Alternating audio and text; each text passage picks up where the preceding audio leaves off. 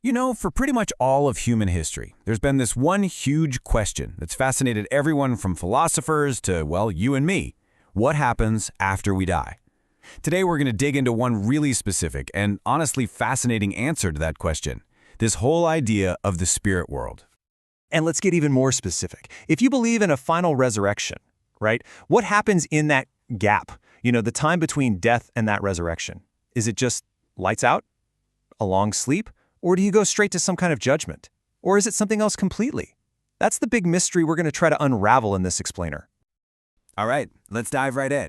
First things first, what is the spirit world? I mean, it's a term that gets thrown around a lot, but what does it actually mean? Especially within the specific way we're looking at it today. Okay, so the best way to think about it is it's not the final destination. It's more like a really important layover.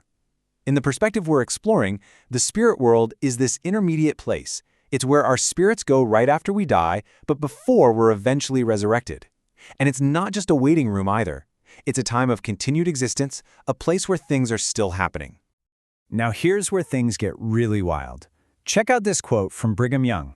It suggests the spirit world isn't some far-off place, in another galaxy or some distant heaven.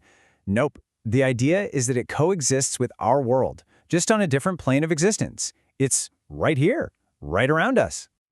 But that idea of the spirit world being right here is just one perspective. This whole concept isn't a single solid belief. It's actually a whole spectrum of ideas. So to give you a sense of that, let's just quickly touch on three major ways people think about it. Yeah, let's put the specific model we're about to dive into in a little more context. So this table kind of lays out the different flavors of this belief. First, you've got the Latter-day Saint perspective. That's the superstructured model we're going to focus on, where it's a really organized state between death and resurrection. Then you have more general folk beliefs, which is the idea that spirits just kind of wander or linger in a world that overlaps with ours. And finally, there's this more spiritual or even sci-fi take, that it's a reality that exists in higher dimensions that we just can't see. Okay, so now that we have that broader context, we're going to zoom way in. We're going to really explore that first model, that highly structured one, in a lot more detail, because it really does lay out a fascinating and incredibly systematic vision of what comes next. So inside this detailed model, the spirit world is basically split into two main areas, or realms. We're going to start with the one called paradise. And as the name suggests, it's described as the place for the righteous. Basically, according to this view, right after you die, there's a fork in the road. The righteous go to a place of rest called paradise. Everyone else, specifically those who haven't yet been taught the gospel, they go to a place called spirit prison. So what's paradise actually like? Okay, but before we get any further, we need to talk about what a spirit even is in this context. The idea is that your spirit has a form that looks like a human body, but it's perfect. It's in its ideal adult state. It's not held back by any of the physical problems or the age of the body it left behind. And this quote really drives the point home. It says that spirits are in their adult form, even if they died as an infant. So think about that. It means someone who passed away as a baby would exist in the spirit world as a complete, full-grown adult. That's the true form of their spirit. So what's life in paradise actually like? Well, it's described as a state of rest, happiness, and peace, totally free from all the worldly cares and pain. But, and this is a big but, it's not about just kicking back and doing nothing. Spirits there are actually super busy, engaged in important work. The church structure continues, priesthood duties go on, and maybe most importantly, family relationships are still totally central. And a really key part of that work is detailed in Doctrine and Covenants, section 138. It talks about how Christ, after he died, went and organized messengers from all the righteous spirits in paradise. And what was their mission? To go and teach the spirits in that other place, spirit prison. So right away you see there's this active, direct connection between the two realms. And that mission work brings us to the second area, spirit prison. Now, I know what you're thinking.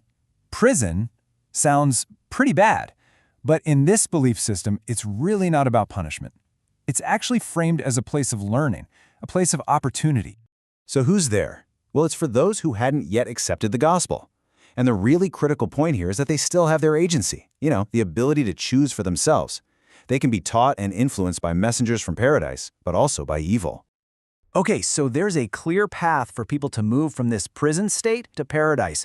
It's a really dynamic process. Step 1, the gospel is taught by those spirits from paradise. Step 2, a spirit in prison has to choose to accept it. But here's the twist. They can't do the next part themselves. They need people back on Earth to perform sacred temple ordinances for them by proxy. Once those ordinances are done, then that spirit can finally move into paradise. Which of course brings up a pretty big question.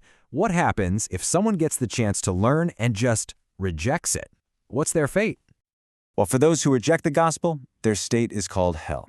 It's a state of suffering for their own sins, separate from paradise. But, and this is a really important distinction in this whole model, it's not eternal damnation. The belief is that through the atonement of Christ, they eventually can be redeemed and will still inherit a kingdom of glory, just a lower one. Okay, so this brings us to the big picture. To really get a handle on all this, we need to kind of zoom out and see where the spirit world fits into the grand scheme of things, the whole journey of the soul. This timeline really lays it all out. You've got mortal life, which is seen as a time of testing. Then you have the spirit world, that intermediary step we've been talking all about. After that comes the resurrection, where your spirit and body get back together. And finally, there's the final judgment, where you're assigned to a kingdom of glory based on your life. So really, the main takeaway here is that the spirit world isn't the end of the line. Not even close. It's a super important, active, and purposeful prep school, if you will. It's the critical next step that gets you ready for the resurrection and what comes after. And as you can imagine, this one topic is connected to a bunch of other huge ideas. Things like what the soul actually is, how the resurrection works, what these different kingdoms of glory are. I mean, each one of those is a giant topic all on its own, and they all build on what we've talked about today. So, let's end with a big question to think about. If you see the afterlife not as a final, static destination, but as this dynamic place where you keep learning, keep serving, keep progressing, how might that change the way you decide to live your life today?